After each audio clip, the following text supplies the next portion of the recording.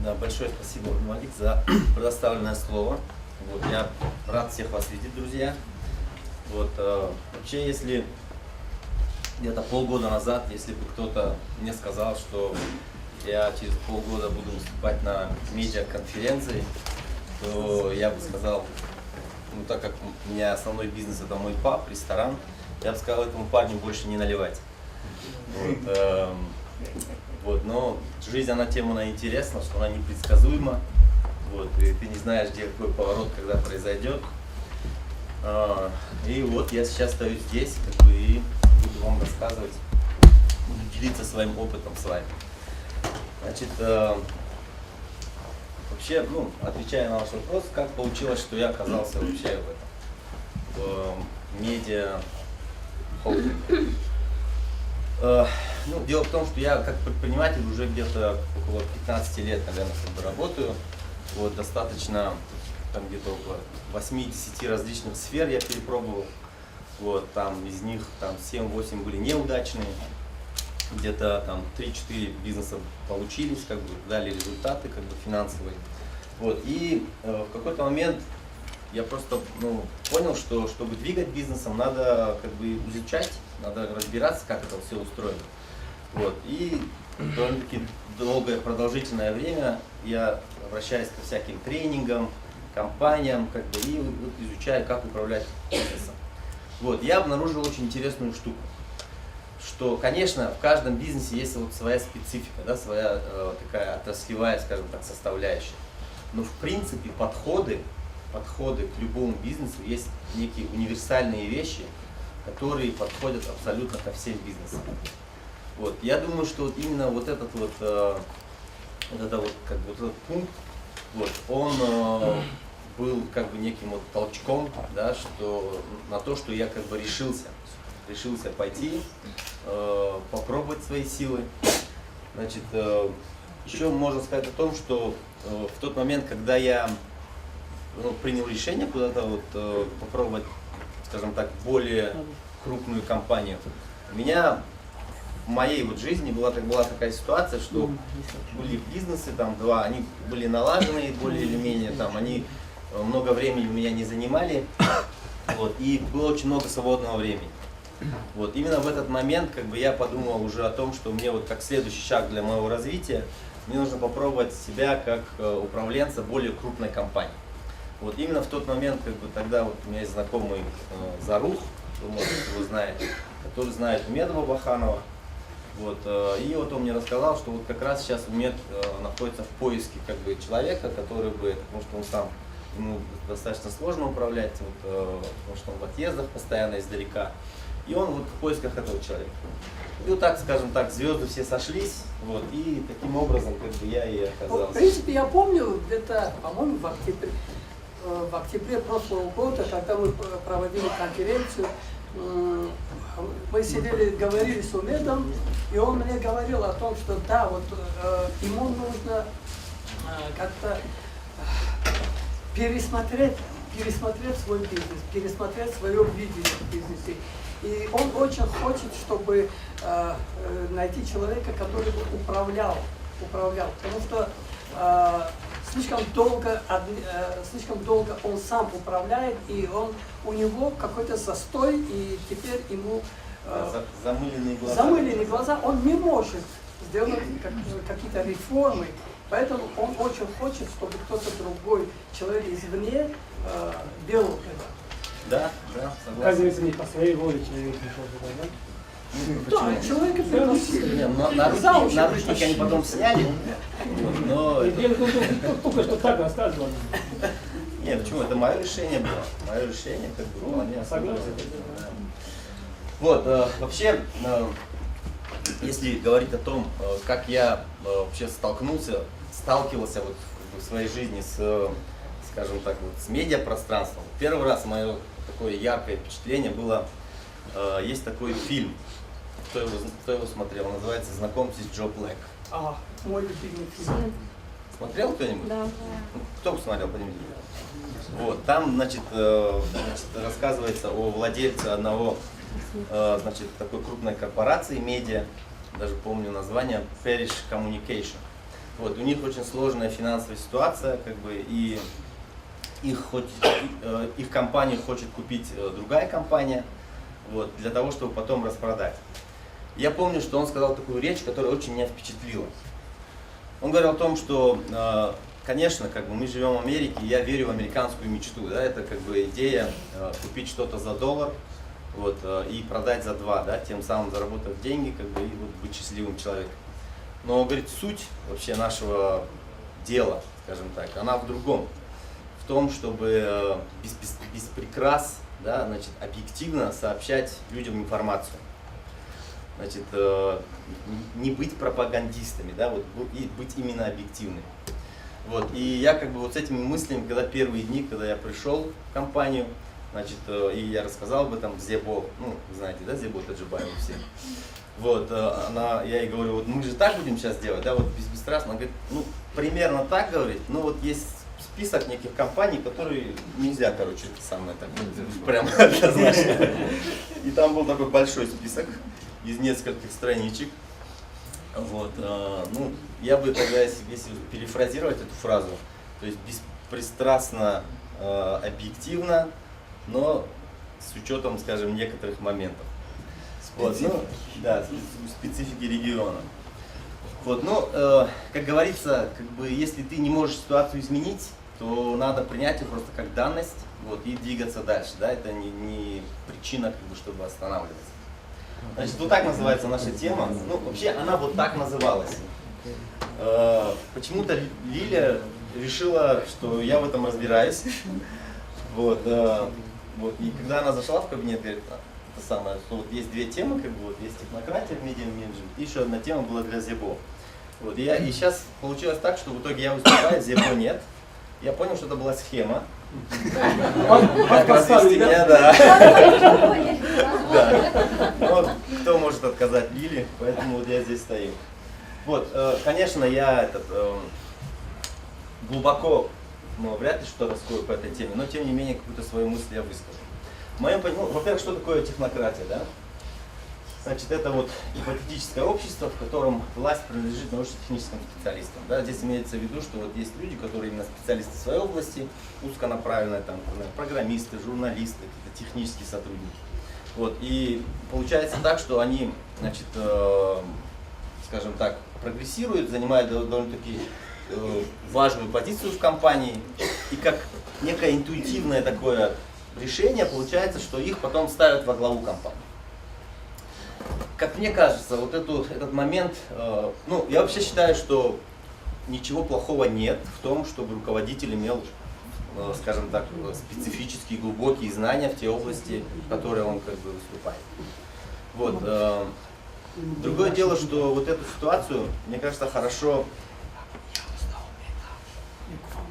да, если вам нужно что-то обсудить, лучше это делать там, потому что, да, отвлекается народ. Да, можем продолжать? Значит, мне кажется, вот некая аналогия, она хорошо раскрывает вот эту ситуацию про технократию. Ну, в чем проблема? Вот, в чем проблема технократии? Да, вот есть, не помню название, есть такая игра. Ну, есть компьютерные игры, да? Значит, и там суть игры в том, что, значит, игрок на протяжении там где-то полугода, то есть это достаточно долго, это очень долгая игра, долгая, на протяжении полугода где-то, значит, наделяет своего героя в игре некоторыми качествами. То есть там какие-то сила, там, ну, в общем, какие-то такие эти плюсы, что делают его сильнее. Так вот, когда это начали анализировать, заметили такую штуку, что большое количество игроков по происшествию полгода настолько привязываются к этому своему персонажу, что проигрыш в игре они воспринимают как свой личный проигрыш и начинают депрессировать в жизни. Ну, представляете, какое сильное влияние. Вот, и эти люди, они как бы, скажем так, ну, забывают про, ну, мирской мир, скажем так, да, что здесь есть как бы солнышко, здесь есть семья, дети, как бы. Вот, вот эта аналогия, мне кажется, вот эту проблему раскрывает. Проблема в чем может заключаться? Что руководитель моем понимании, идеальный руководитель, да, он вот из двух составляющих состоит. То есть это отраслевая экспертность, в которой он как бы, ну, действительно силен, в которой каждый из вас силен. Но если вы начинаете управлять компанией, то тут вам понадобится другая категория навыков. Это управленческие навыки. Что это за навыки? Да? Это умение создать команду вокруг себя, быть лидером, умение делегировать свои задачи, потому что вы все не вынесете, умение правильно критиковать, чтобы человек не принял это как бы на свой счет, вот, умение ставить цели, умение вдохновлять, собирать вокруг себя людей. Вот. И эти управленческие навыки, они тоже, как бы, понимаете, что по щелчку они как бы не появляются. Их нужно нарабатывать, этим нужно за них как бы обучаться, ну, как бы нарабатывать. Потому что, я не знаю, у нас есть институты, которые готовят управленцев В сейчас? принципе, есть, но Это насколько все эффективно они готовят, вот это Это другой вопрос, да? Да. Потому что при аппарате президента, по-моему, есть институт усовершенствования управленческих. Ну, сначала Сейчас, значит, мега есть. О, 4 Сейчас, года. да. Сейчас в последнее время, ну, правительство понимает как бы актуальность этой проблемы. Вот, и по статистике, знаете, только 3% людей, ну, так называемые интуитивные лидеры, которые вот как-то генетически чувствуют, как и что надо делать. Вот, и если управленец, а остальные 97, получается, им нужно вот как бы учиться и нарабатывать это все. Вот, поэтому тут вывод какой, что, да, и вот, кстати, сейчас если аналогию привести, да, к моей ситуации, я прекрасно понимаю, даю себе отчет, да, что у меня вот этой составляющей сейчас нет. Там, где-то вот там я что-то там поднабрался, как бы, но я понимаю, что если я хочу в долгую управлять Азия Плюс, то мне нужно набираться вот этого. И это нужно будет наверстывать. Я как бы прекрасно понимаю. Отвечая на вопрос, можно ли там что-то добиться. Другое дело, что сейчас, действительно, когда я пришел в компанию, я увидел очень много достаточно, для меня было, ну, очевидных таких, скажем так, моментов, которые почему-то не корректируются, которые почему-то вот, не ведется работа над этим. И моя функция, я в чем вижу свою функцию, что вот подкорректировав вот эти вещи, уже можно как бы сделать большой, скажем так, сдвиг вперед. Вот, примерно параллельно. какие были? Ну, допустим, ну, вообще, конечно, я про предприниматель, это всегда про эффективность и про деньги, это надо как бы понимать. Вот, и я всегда как бы оцениваю там любой аспект, вот как бы, скажем так, в разрезе эффективности. Допустим, я беру сотрудника и говорю, так, вот он, что он делает, да, как вот он получает деньги, вот что он за это делает. И если я не понимаю его вклада вот в общее дело, то я считаю, что как бы это лишняя растрата. То есть либо тогда надо его наделить какой-то задачей, либо с ним надо расстаться. Вот. Другое дело, есть огромное количество бизнес-инструментов. Ну, деньги можно двумя способами, да, как бы заработать в компании. Первое — это сократить расходы, то есть оптимизация, либо привлечь дополнительно. То есть вот два вектора больших. Вот, и ну, вот мы как бы много оптимизировали в Азия Плюс, как бы немножко сократили расходы. Вот, и огромный вектор — это как значит, привлекать новые деньги. Огромное количество бизнес-инструментов, которые достаточно сейчас открыты в открытом доступе в интернете, как бы, но они не внедряются. Причина в чем? Что бизнес ведется интуитивно, я говорю, никто не учился этому. Мы как бы вроде делаем, как бы, об этом, кстати, вот сейчас я дальше буду рассказывать. Хорошо, давайте идем дальше.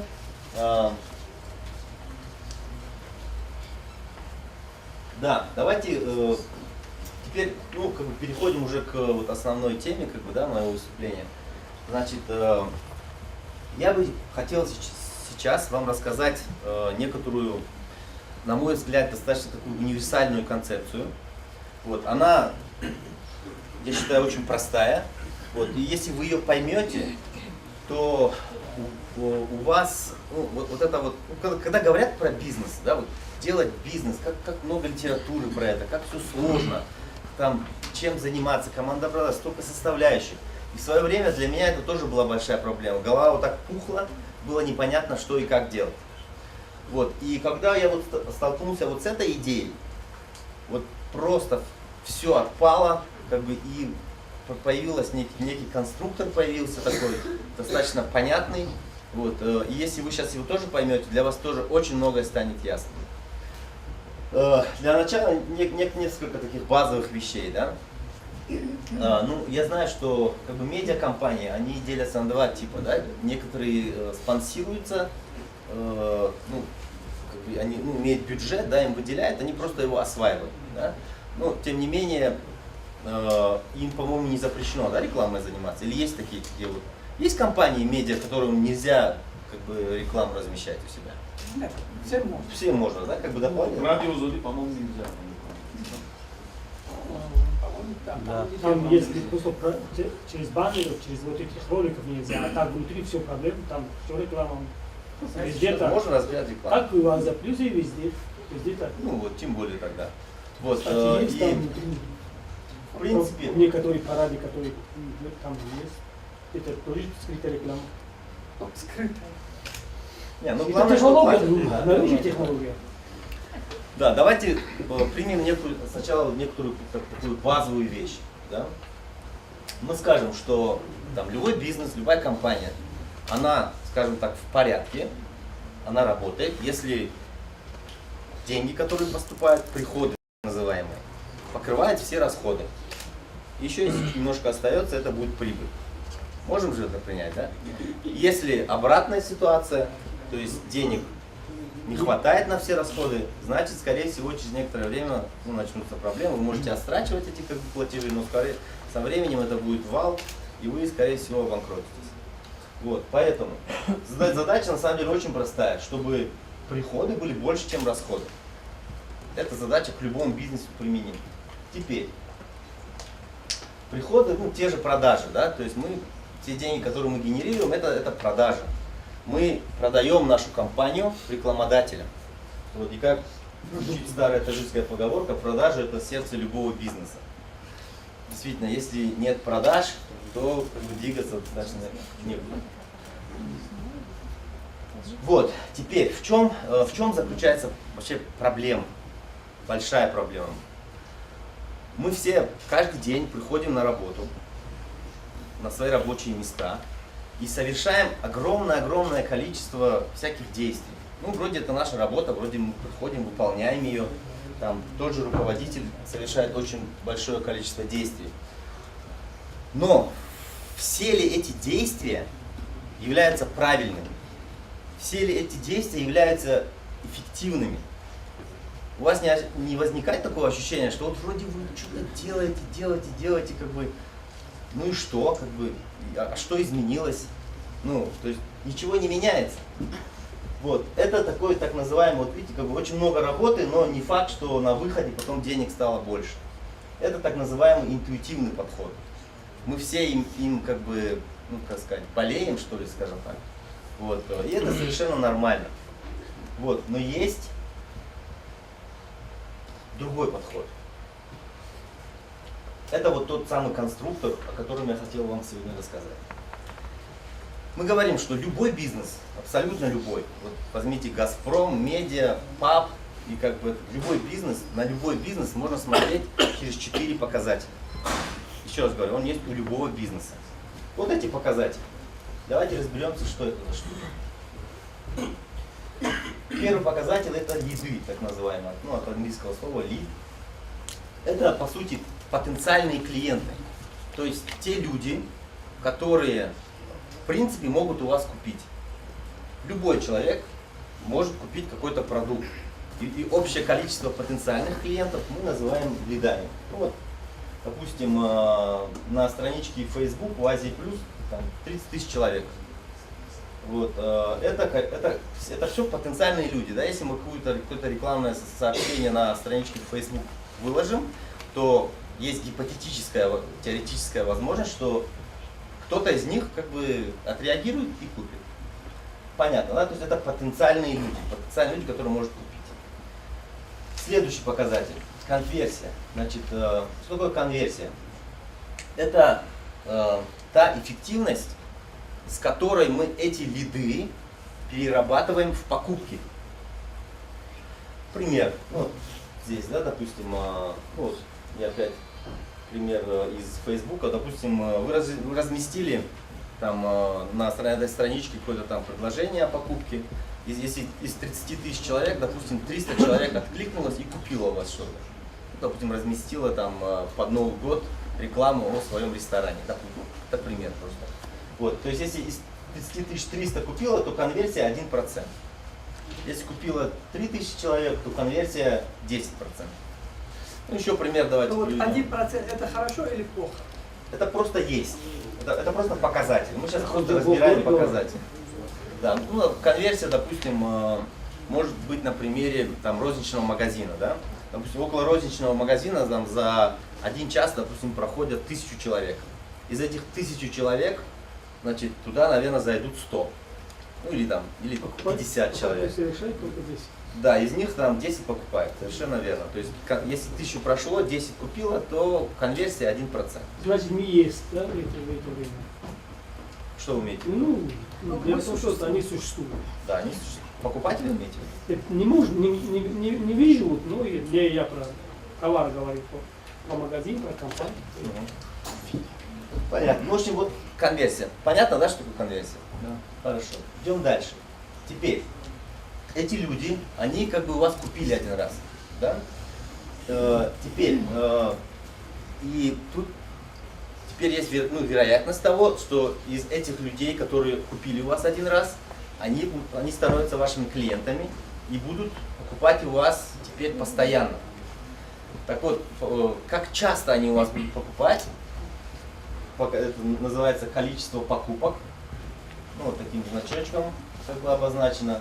Ну и тоже пример, да, допустим, вот за 1 день, значит, в наш паб заходит примерно 140-170 гостей. Это примерно 1100-1300 гостей в неделю, где-то там 5000 гостей в месяц. То есть это количество раз, которые совершаются покупка вашего продукта за какой-то отчетный период. И 4-й показатель – это средний чек. То есть каждый из тех людей, ваших клиентов, которые у вас что-то покупает, он покупает на какую-то сумму. Средний чек у каждого продукта или компании, его можно в принципе посчитать. Ну, я понимаю, что есть компании, у которых линейка продуктов, да, то есть там есть там реклама, допустим, на газете бывает там подешевле, подороже. Ну, тогда как бы общеусредненную стоимость составляют как бы средние показатели по каждому из этих. Ну, средний чек тоже такое понятие. Допустим, у нас в ресторане 1 человек в среднем оставляет 70-90 самой. Так вот, 4 показателя, очень понятно, применимы к любому абсолютно бизнесу. Теперь, вы же понимаете, что вот любое действие, которое мы совершаем в бизнесе, любое абсолютно, оно по сути, мы пытаемся, мы не можем этого понимать, не понимать, интуитивно осознавать, но мы по сути пытаемся влиять на эти показатели. И если мы изменяем хотя бы один из этих показателей, то по сути продажи это перемножение вот этих 4. Допустим, если это продуктовый магазин, да, он расположен в месте, где проходят 1000 человек, то там пройдут, ну, оттуда, как мы сказали, зайдут 100, 10 сделают покупку. Если переместить этот магазин в место, где проходят 2000 человек, то, скорее всего, из 2000 зайдут 200. Понимаете, да? Это действие увеличило этот показатель, из 200 уже покупает 20, и продажи растут. С поворотом продаж. Совершенно верно, да, вот вы знакомились. Вот, и что интересно, что наша задача-то по сути, да, вот в любом бизнесе, наша задача в том, чтобы там, ну, мы, допустим, открыли бизнес, там как-то, как понимаем, поставили там, не знаю, допустим, ресторан, значит, у нас появляются расходы, да, ежемесячные, мы их можем посчитать, да, просто как бы возьмем Excel, возьмем ручку как бы, и посчитаем. Вот появилась сумма расходов. Теперь идут как бы к нам поток каких-то клиентов. Это наши приходы. Скорее всего, расходы, они как бы достаточно постоянные, там, в месяц составляют такую-то сумму.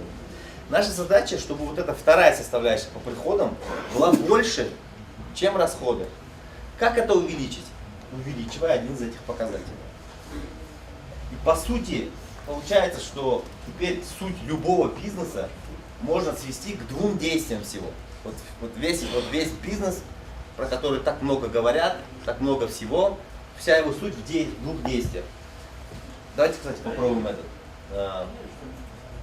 Кто может кто-то это самое, как бы догадается, какие это действия? Увеличить. Первое, что сказали? Если на открыть воронку продаж, то мы увеличиваем самую верхнюю воронку, а остальное хочется расширяется. Да, это второй пункт. Он, я как бы перефразирую, это... Идея. Что за создать новую идею? Идея. Это вы сейчас как бы уходите в частность, более обобщенно, вот более просто, по-простому. Планирование. Увеличить аудиторию. Это все попытки по второму пункту. Ладно, не буду мучить вас.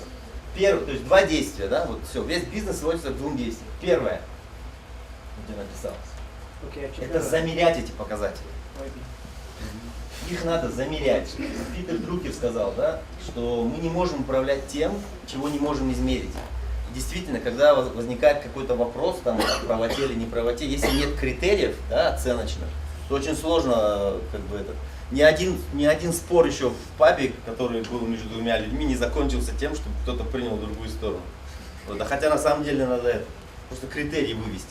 То есть первое, что мы должны научиться их замерять.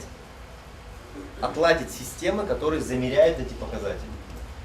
И второе, что логично, влиять такими действиями, чтобы они как бы менялись, увеличивались.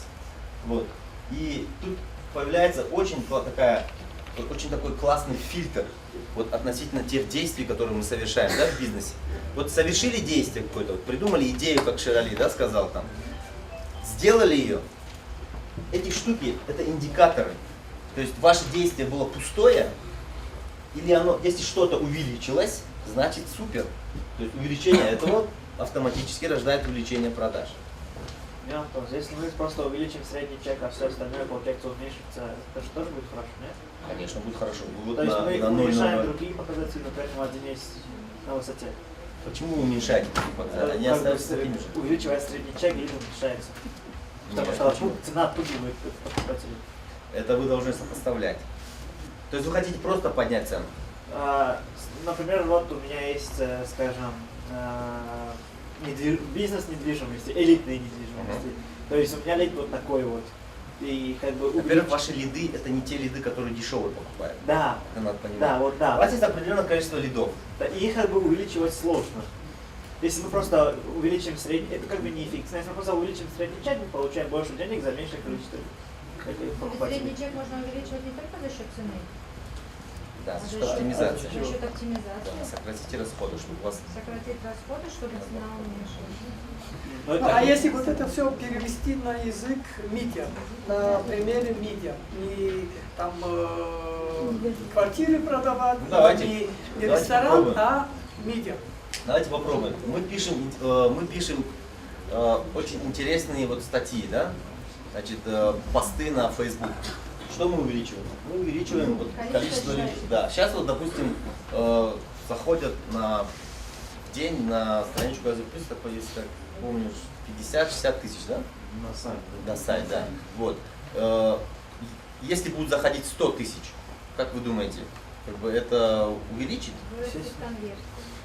А? Конверсия вырастет. Прежде всего сама аудитория вырастет, да. Аудитория вырастет, конверсия тоже вырастет. Да, на автоматизме. На Вот. автоматизме. Другое дело, что увеличение конверсии это другое. Вот эта вот схемка хорошо показывает. Смотрите. Вот, то есть мы пишем, да, здесь пишем. То есть это вот действия, которые мы должны совершать для того, чтобы повлиять на этот показатель. Там, мы, допустим, вносим в CRM-систему, мы прописываем скрипты, да, то есть как правильно говорить. Это все инструменты, чтобы увеличить. Теперь, как бы на этих лидов мы применяем эти инструменты, чтобы отсюда большее количество как бы было здесь, чтобы не 10% конвертировалось, а 20% конвертировалось. Вот. То есть вот количество людей. Там то Теперь- же самое. Там тоже пытаетесь удержать людей, добавить скидки. Да, количество уходов. Есть у нас клиенты, которые у нас и так как бы покупают.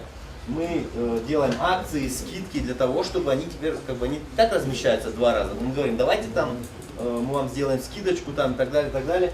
У нас будет 4 раза в месяц размещаться. То есть увеличивается количество покупок. Вот, ну и средний чек, то есть мы можем сделать какой-то вид предложения, которое будет, допустим, мы говорим, там компании T-Cell, да, вот у нас есть вот такие пакеты стандартные, вот мы вам предлагаем к этому еще вот это и вот это, вот, но это стоит чуть дороже, то есть увеличивается средний чек. Ну, не просто его нужно поднять, да, а дать за это какую-то ценность. Вот, собственно, два действия. То есть первое это замерять, научиться замерять эти показатели. А вот как замеряете? Допустим, вы как замеряете? Это как бы, ну, во-первых, есть, как бы, если это, допустим, как сказать, эти, ну как, если это сайт, Facebook, там есть, да, много чего. Google Analytics. Да. Вот, ну, как мы замеряем? Допустим, мы сейчас внедрили такую штуку вот в Азия Плюс, значит, как воронка продаж, как молодой человек сказал. Вот, мы сейчас замеряем, значит, сколько попыток продать рекламу делает каждый менеджер наш. То есть если раньше, допустим, просто как бы были компании отданы этому менеджеру, и там, ну, там, допустим, у менеджера 50 компаний, он успевает, не успевает за один месяц и всех, ну, физически невозможно, да, 50 компаний обработать, потому что там 2-3 дня как минимум уже на одну компанию. Вот, и там у него какие-то личные дела, как бы он как бы уходит, и тем самым эффективность снижается. Мы сейчас ввели такой показатель, как количество попыток продать. И у нас на это отводится определенное время. Он должен, ну, сейчас, как я сейчас помню, 5 компаний он должен обработать за одну неделю, да? Вот. За неделю он должен по 5 компаниям это делать. И это замеряется. У нас висит такой плакат, менеджер, имя менеджера, как бы, сколько он сделал попыток в этом месяце и сколько отсюда как бы удачно. Вот, теперь на это уже можем накладывать инструменты. Давайте разработаем скрипт, допустим. Вот вы как разговариваете? Это же большая проблема, как вот люди, как продавцы разговаривают. То есть они говорят и говорят, сейчас что мне сказал? Непонятно. Можно же скрипт разработать, то есть и заставить выучить их всех. Сесть все вместе, идеальную как бы технологию разговора и дать, чтобы все говорили так. И тогда конверсия повысится. То есть получается, у вас есть определенное количество людей, которые продают вашу рекламу. Да, конечно, менеджер по продажам. Да, вы их обучаете тому, как продавать, как правильно продавать. В том числе, да. Вот, и по сути все вот эти бизнес-инструменты, которые применяются вообще в любых бизнесах, это всего лишь попытки повлиять вот на вот эти вот показатели. Да, и еще один такой хороший момент. Очень сложно всегда замерить, да, то есть замер не всегда сложно сделать. Лучше придумайте плохую систему замера, пусть она будет как бы кривой, косой, но пусть она лучше будет, чем будет ее отсутствие. Ну, вот у вас плюс система замера какая? Как вы замеряете количество? Относительно чего? Система замера может быть относительно многих. Ну, относительно продаж, относительно увеличения лидов. Да, аудитория. Аудитория. Да, тебе. Ну, во-первых, я же говорю, аудитория на сайте. Мы, конечно, я извиняюсь, что мы ваши секреты. Да, Я сейчас хотела сказать, что а здесь секреты финансовые. Раз все в там дают. Но из-за того, что мы не Это только, мне мы мыслить не надо просто. конкуренты, мы партнеры. Да. вообще без проблем. Значит. Я расскажу все, что знаю. Вот, значит, информационные носители, в них и так есть система замера. То есть, ну, Facebook, сайт, они и так дают, сколько как бы человек. Это все на автоматизме делает. Проблема там, где нету вот как бы технологий. Вот там проблема. Вот где у вас нет технологий? Вот не было у нас технологий в отделе продаж. Вот. Мы как бы сделали такой специальный. Вообще в идеале отдел продаж должен работать с CRM-системой. Кто знает, что такое CRM-система? Это такая программа, куда вносятся все действия этого менеджера. Вот. И там ее надо как бы долгое время внедрять. Но когда мы ее внедрите, тогда уже можно будет посмотреть вот, каждый шаг менеджера за определенный промежуток времени можно будет как бы отсмотреть. И вы же понимаете, что есть прямая корреляция, да, между количеством попыток, которые сделает менеджер, и сколько он продаст.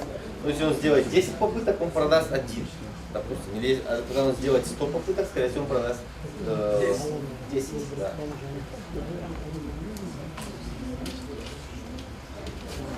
Все, собственно. Можете похлопать, если вам понравилось.